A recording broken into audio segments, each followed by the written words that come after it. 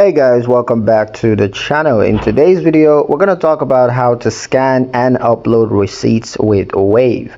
It's going to be a quick one. We're not going to waste much time, so let's get straight into the video. First you got to do is open the Wave mobile app and tap, of course, log into your credentials.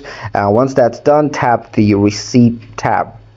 Next, tap the plus icon to add a new receipt. And then you're going to use your phone's camera to take a photo of the receipt. Next you got to do is to enter the merchant's name, amount, and dates. And then you're going to need to assign a category and of course link it to a transaction if needed, of course. But once that's done, just save the receipt for automatic syncing with your Wave account. Now, keeping your receipts organized is a breeze with Wave. And in the next video, we're going to cover how to track mileage for your business in Wave. So stay tuned for that.